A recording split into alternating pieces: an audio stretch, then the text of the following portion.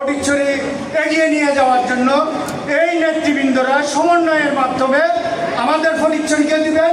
পাশাপাশি নাজিমউদ্দিন মোহরীকে এখানে বিপুল ভোটে বিজয় লাভের জন্য সর্বোচ্চ চেষ্টা করব। মূলা রূপায় বেগুনের কথা সব জায়গায় আলোচনা হয়। ফটিকছড়ি উপজেলা পরিষদের নবনির্বাচিত চেয়ারম্যান ও ফটিকছড়ি উপজেলা আওয়ামী লীগের সাধারণ সম্পাদক নাজিমউদ্দিন মোহরীকে গণসংবর্ধনা প্রদান করেছে কাঞ্চননগর ইউনিয়নের সর্বস্তরের জনসাধারণ। শনিবার 6 জুলাই সন্ধ্যায় কাঞ্চননগর ইউপির সর্বস্তরের জনসাধারণ ব্যানারে এ সংবর্ধনা প্রদান করা হয়।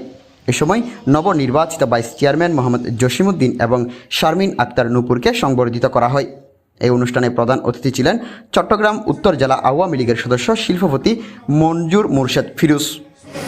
আমাদের মূলা বেগুন চট্টগ্রাম শহরে শুধু না, ঢাকা হতে শুরু করে সমস্ত জায়গায়, যেটা নাজিরহাট থেকে ট্রানজিট হয়ে চট্টগ্রামে বিভিন্ন বড় বড় দোকানগুলোতে যায়, নাজিরহাটের বেগুন বলে, আসলে কিন্তু এটা কাঞ্চননগর। আমরা সেই জায়গার অধিবাসী, আমরা অত্যন্ত গর্বিত।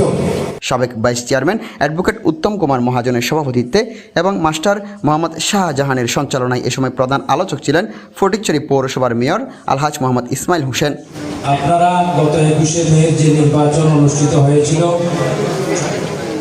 সেই নির্বাচনে আমরা যখন এখানে ভোটের আবেদন জানানোর জন্য আপনাদের কাছে এসেছিলাম, আপনাদের দেওয়া যে প্রতিশ্রুতি, আপনারা বলেছিলেন যে আমরা নাজিমউদ্দিন মোহরীকে এখানে বিপুল ভোটে বিজয় লাভের জন্য সর্বোচ্চ চেষ্টা করব এবং সেই সাথে নাজিমউদ্দিন মোহরীকে দিয়েছেন সর্বোচ্চ ভোট। বিশেষ অতিথি ছিলেন ইউপি চেয়ারম্যান কাজী দিদারুল আলম, সাবেক ইউপি চেয়ারম্যান আবুল কাশেম চৌধুরী। আমরা একজন অভিভাবক পেয়েছি,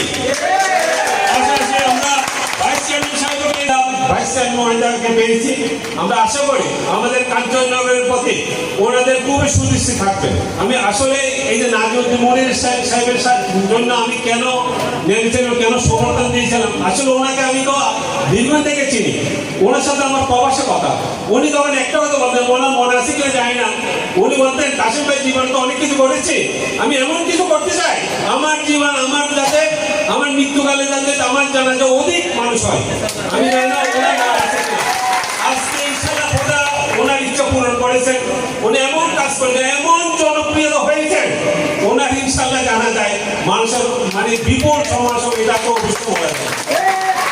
ওনার আসলে আমি ওনার ব্যক্তিত্বের প্রতি দুর্বল, মানে নীতির প্রতি দুর্বল। বীর মুক্তিযোদ্ধা শামসুল আলম মেম্বার, ইঞ্জিনিয়ার বেলাল হোসেন চৌধুরী, মেজবাউল আলম আশেক সহ আর অনেকেই।